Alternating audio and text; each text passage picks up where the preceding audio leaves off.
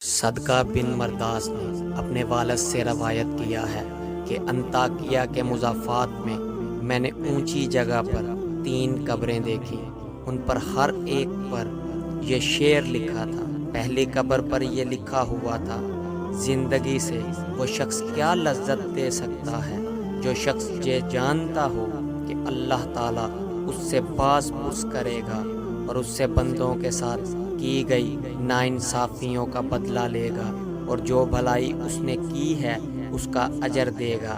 دوسری قبر پر لکھا تھا کہ کیا لذت پائے گا وہ آدمی جو یقین رکھتا ہو کہ اس پر موت اچانک آ جائے گی، اس کی ساری بڑائی اور ملک چھین لے گی اور اس گھر میں ملائے گی جس کا وہ مستحق ہے۔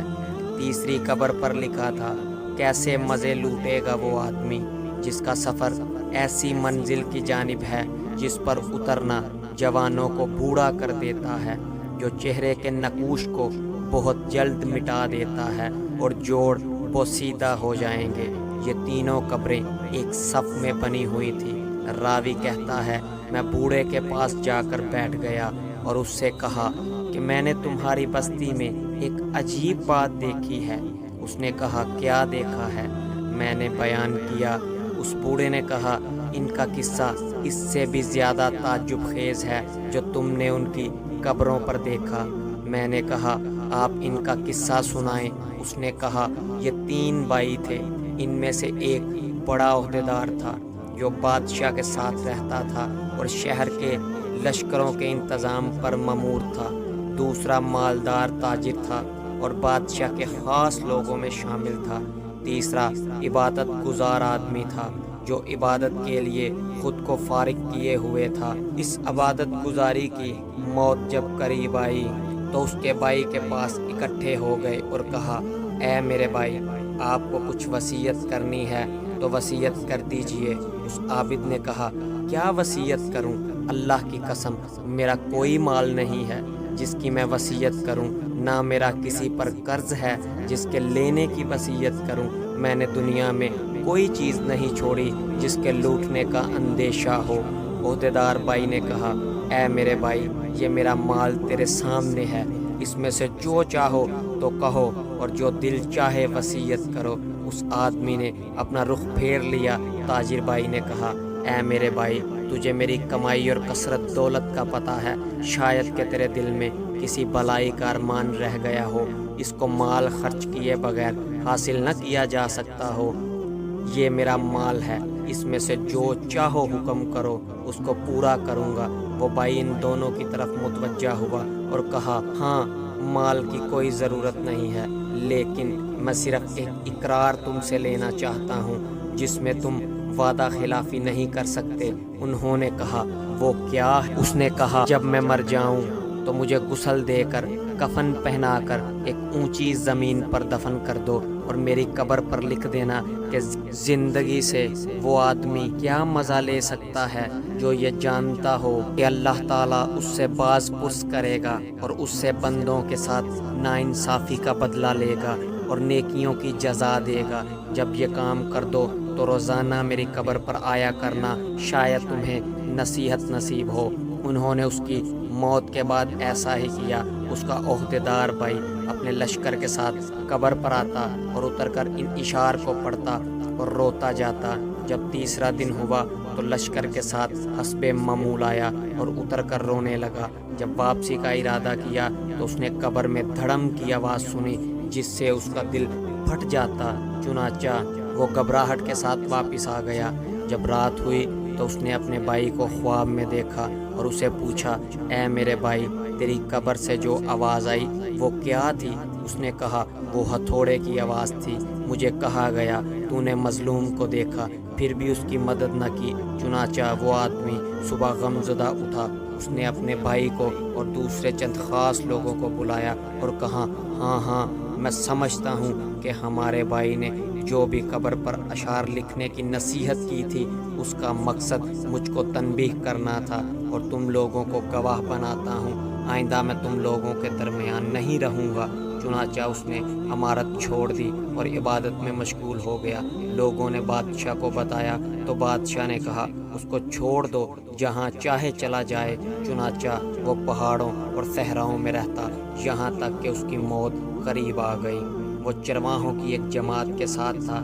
اس کے بھائی کو خبر پہنچی تو وہ حاضر ہو گیا اور کہا، ہاں میرے بھائی، کوئی وصیت کرنی ہو تو کر دو۔ اس نے کہا، میں کیا وصیت کروں؟ میرے پاس کوئی مال نہیں جس کی وصیت کروں، لیکن ایک وعدہ ہے، وہ یہ کہ جب میں مر جاؤں تو میری قبر تیار کر کے مجھے میرے بھائی کے پہلو میں دفنا دینا، اور میری قبر پر لکھ دینا کہ کیا لذت پائے گا وہ آدمی جس کو یقین ہو کہ بہت جلد اس پر موت اچانک آ جائے گی اور اس سے عظیم ملک اور تمام بڑائی چھین لے گی۔ اس قبر میں اس کو ٹھکرائے گی جس کا وہ باسی ہوگا۔ پھر اے میرے بھائی، تم 3 دن تک میرے پاس آیا کرنا اور میرے لیے دعا کرنا، شاید اللہ تعالیٰ مجھ پر رحم فرما دے۔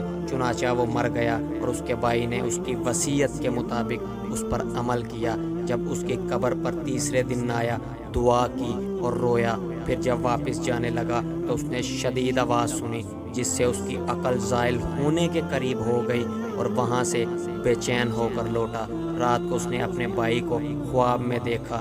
جب اپنے بھائی کو خواب میں دیکھا تو اس کی طرف لپکا اور اس سے پوچھا، اچھا کیا تم ہماری ملاقات کے لیے آئے ہو؟ اس نے کہا، ملاقات تو بہت دور ہے۔ میں نے کہا، میرے بھائی تیرا کیا حال ہے؟ اس نے کہا، خیریت سے ہوں۔ میں نے کہا، دوسرا بھائی کیسا ہے؟ اس نے کہا، وہ تو نیک پیشواؤں کے ساتھ ہے۔ میں نے کہا، ہمارا حال کیا ہوگا؟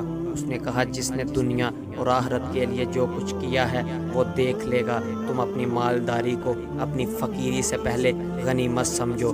راوی کا بیان ہے کہ اس نے دنیا سے کنارہ کشی اختیار کر لی، اپنے مال کو تقسیم کیا، جائیداد بانٹ دی اور اللہ تعالیٰ کی عبادت میں لگ گیا۔ اس کا ایک بیٹا بڑا ہو کر ایک خوبصورت اور با کمال نوجوان بنا اور تجارت شروع کی، یہاں تک کہ تجارت میں خاص مقام حاصل کیا۔ اس کے بعد اس کی موت قریب آئی۔ اس نے اپنے ابا جان سے کہا، ابا جان وصیت کر دیجئے۔ اس نے کہا، تیرے باپ کا کوئی مال نہیں ہے جس سے وصیت کرے، لیکن میں تجھ سے ایک وعدہ لیتا ہوں، جب میں مر جاؤں تو مجھے اپنے چچوں کے ساتھ دفنا دینا اور میری قبر پر یہ اشعار لکھ دینا کہ کیسے مزے لے سکے گا زندگی سے وہ شخص جس کا رخ ایسی قبر کی طرف ہو جس کی گات نوجوانوں کو بوڑھا کر دیتی ہے اور چہرے کا رنگ اڑا دیتی ہے اور جلدی جلدی جسم اور جوڑوں کو بوسیدہ کر دیتی ہے۔ جب یہ کام کر لو تو اس کے بعد 3 دن تک میری قبر پر آیا کرنا اور میرے لیے دعا کرنا۔ لکھا، اس نوجوان نے وصیت پر عمل کیا۔ جب تیسرا دن ہوا تو اس نے قبر میں سے آواز سنی۔ آواز اتنی شدید تھی کہ جس سے اس نوجوان کی جلد سکڑ گئی اور رنگ اڑ گیا اور اس پر بخار چڑھ گیا اور وہ گھر واپس آ گیا۔ رات کو خواب میں اس کا باپ آیا اور کہنے لگا، اے میرے بیٹے، تم میرے پاس آنے سے نزدیک ہو اور موت قریب تر ہے۔ تم اپنے سفر کی تیاری کر لو اور اپنا سامان اس گھر سے باندھ لو جس سے تمہیں نکلنا ہے، اور اس گھر کی طرف جس کی طرف تمہیں جانا ہے، اور دھوکے میں نہ رہو جو لمبی لمبی امیدیں لگا کے تم سے پہلے لوگ دھوکے میں رہے ہیں اور اپنی آخر کے معاملے میں کوتاہی کی وجہ سے موت کے وقت انہیں شدید ندامت ہوتی ہے اور عمر کی بربادی پر افسوس ملتے رہے۔ چنانچہ ان کو افسوس نے فائدہ پہنچایا اور نہ ہی کوتاہیوں پر شرمندگی نے انہیں بچایا، اس شرمندگی سے جو قیامت کے دن اپنے بادشاہ کی طرف سے دیکھیں گے۔ اے میرے بیٹے، جلدی کرو، جلدی کرو، بس جلدی کرو۔ عبداللہ بن صدقہ کہتے ہیں، جس بوڑھے نے یہ واقعہ بتایا، اس نے کہا، جس رات اس نوجوان نے یہ خواب دیکھا میں اس کے پاس گیا تو اس نے وہ خواب ہمیں سنایا اور کہا، مجھے یقین ہے کہ بات ایسی ہی ہے جیسی میرے باپ نے کہی، اور میں سمجھتا ہوں کہ موت میرے سر پر منڈلا رہی ہے۔ اور لین دین والوں سے معاملہ صاف کیا، لوگوں سے الوداع کہا۔ لوگوں نے الوداع کہا ایسے جیسے کسی چیز سے ڈرایا گیا جس کی اس کو توقع ہو۔ وہ کہتا تھا کہ میرے باپ نے کہا، جلدی کرنا، جلدی کرنا۔ چنانچہ وہ نوجوان 3 دن تک صدقہ کرتا رہا۔ چنانچہ جب اس خواب کو تیسرا دن ہوا تو اس نے اپنے اہل و عیال کو جمع کیا، ان سے الوداع کہا، سلام کہا اور کبرا رخ ہو کر لیٹ گیا۔ اور کلمہ شہادت پڑھا اور آنکھیں بند کر لیں۔ اس کے بعد ایک عرصے تک لوگ اس کی قبر پر دور دراز سے آتے اور نماز پڑھتے تھے۔ اللہ تعالی ہم سب کو سچے دل سے توبہ کرنے اور نیک اعمال کرنے کی توفیق عطا فرمائے۔ اللہ ہم سب کا حامی و ناصر ہو۔